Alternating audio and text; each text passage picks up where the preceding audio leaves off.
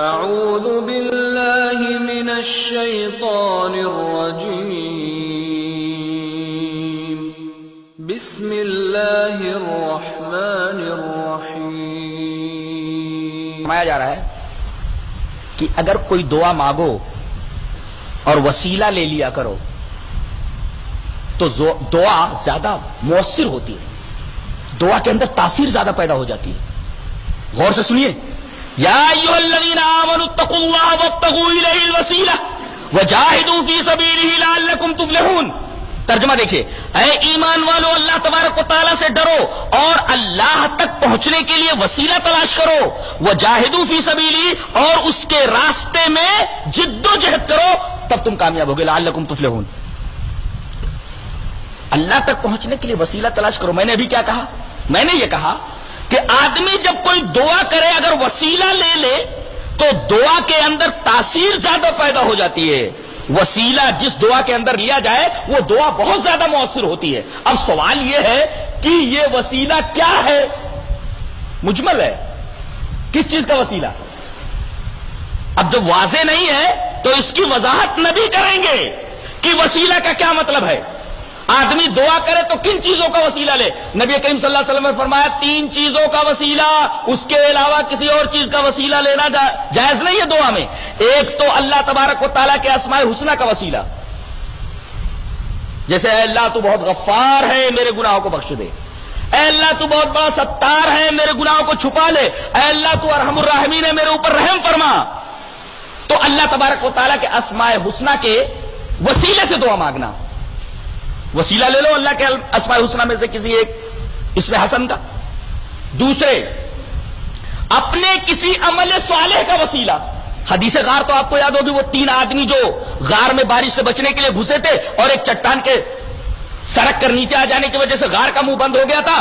ان لوگوں نے دیکھا کہ یہ تو ہم لوگوں کی زندہ ہی قبر بن گئی ہے، اب اس سے نکلیں گے کیسے؟ اتنی بڑی چٹان کو ڈھکیل کر کے ہٹانا یہ تو ہم تینوں کے بس کی بات نہیں۔ اب اللہ تبارک و تعالیٰ کا رحم ہی ہوگا تب جا کر کے یہ چٹان ہٹے گی اور ہم نکل سکیں گے۔ ہر ایک نے دعا مانگی اور اپنی دعا کے اندر اپنے کسی اچھے عمل کا حوالہ دیا۔ وہ تو آپ کو معلوم ہے، ایک آدمی نے دعا کی، اس میں اپنے اچھے عمل کا حوالہ دیا۔ اس میں ایک بڑی پیاری بات ہے، وہ دعا کرتے ہوئے کہتا ہے اللہ تو جانتا ہی ہے کہ میں اپنے ماں باپ سے کتنا پیار کرتا تھا، کتنی محبت کرتا تھا، بکریاں چرا کر کے لاتا تھا، دودھ دوہتا تھا، پہلے اپنے ماں باپ کو پلا دیتا تھا، اس کے بعد اپنے بال بچوں کو دیتا تھا۔ ایک دفعہ بہت دیر میں بکریاں لے کر کے آیا، میرے ماں باپ سو چکے تھے، میرے بچے بھوک سے بلک رہے تھے، میرے معبود تجھے علم ہے، لیکن میرے ماں باپ سو چکے تھے، جگاؤں تو کہیں نیند میں خلل نہ ہو۔ رات بھر میں ان کے بستر کے پاس کھڑا رہا کہ یہ اٹھے اور میں ان کو دودھ دے دوں۔ جب تک وہ لوگ جاگے نہیں اور دودھ نہیں دے دیا میرے بچے بلکتے رہے، میں نے ان کو دودھ نہیں دیا۔ اے اللہ میرا یہ عمل اگر خالص تیرے لیے تھا تو چٹان کو ہٹا دیا۔ اللہ تبارک تعالیٰ نے چٹان کھسکا دی۔ تو دعا کے اندر وسیلہ دعا کو مؤثر بناتی ہے، لیکن وسیلہ کس چیز کا لینا یہ رسول بتائیں گے۔ رسول نے کیا فرمایا کہ اللہ کے اسماء الحسنی کا وسیلہ یا اپنے کسی نیک عمل کا وسیلہ۔ جیسے آپ نے قرآن پڑھا، قرآن پڑھنے کے بعد کہ اللہ میں نے رات میں جاگ کر کے تیرا یہ کلام پڑھا ہے، اگر خالص یہ تیرے لیے میں نے کیا ہے تو اللہ تبارک تعالیٰ میرا فلاں کام بنا دے، مجھے یہ بیماری لاحق ہے، فلاں کو یہ بیماری لاحق ہے، اللہ تبارک تعالیٰ اس بیماری کو دور فرما دے۔ دعا کے اندر تاثیر پیدا ہو جاتی ہے۔ 2 رکعت نماز پڑھیں، اللہ تبارک و تعالیٰ سے مانگے کہ اے اللہ اگر یہ 2 رکعت نماز جو میں نے تیرے لیے پڑھی ہے خالص تجھے خوش کرنے کے لیے میں نے کیا ہے تو اللہ تبارک تعالیٰ میرا فلاں کام پورا کر دے۔ پورا ہو جاتا کام۔ جو کام کرنا وہ تو ہم کرتے نہیں، اللہ سے مانگنے کا ایک طریقہ ہے۔ سچ یہ ہے وہ انداز طلب ہم میں نہیں ہے، سچ یہ ہے وہ انداز طلب ہم میں نہیں ہے۔ مانگو تو صحیح، اب بھی دعاؤں میں اثر ہے، مانگنے کا طریقہ ہمارے پاس نہیں۔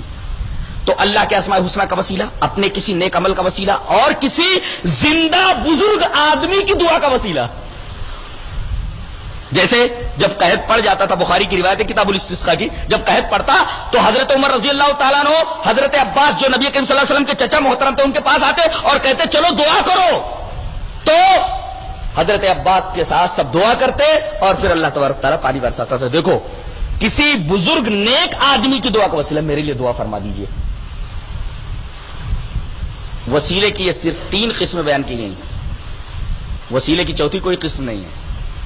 مرے ہوئے بزرگوں کا وسیلہ، یہ جو ہم لوگ وسیلے لے رہے ہیں یہ سارے کے سارے ناجائز وسیلے ہیں، ان کا کوئی ثبوت قرآن اور حدیث میں نہیں ہے۔ وسیلے 3 ہی قسم کے، اللہ کے اسماء الحسنی کا وسیلہ، اپنے کسی عمل صالح کا وسیلہ، اور کسی زندہ نیک آدمی کی دعا کا وسیلہ۔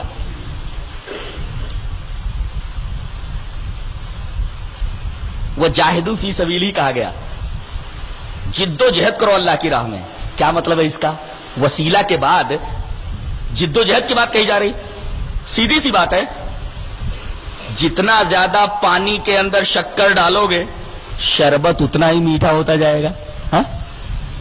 تو جتنا زیادہ تم وسیلہ لوگے، جتنے زیادہ اچھے اعمال کرو گے، جتنا اللہ تبارک و تعالیٰ کے اسماء الحسنی کا وسیلہ لوگے، جیسے پانی میں جتنا شکر ڈالو گے، کہتے جتنا گڑ ڈالو گے اتنا میٹھا ہوگا، ہاں؟ ایسے ہی جتنا اچھا عمل کرو گے اتنی ہی زیادہ تمہاری دعا قبول ہوگی۔ اچھے اعمال کرو، ان اعمال کے حوالے دے کر کے اللہ تبارک و تعالیٰ سے دعا کرو، اللہ تبارک و تعالیٰ تمہاری دعا سنے گا، قبول کرے گا۔ وہ سنتا ہے سب کی دعا، کر تو دیکھو تم اپنے نصیب آزما کر تو دیکھو۔ وہ سنتا ہے سب کی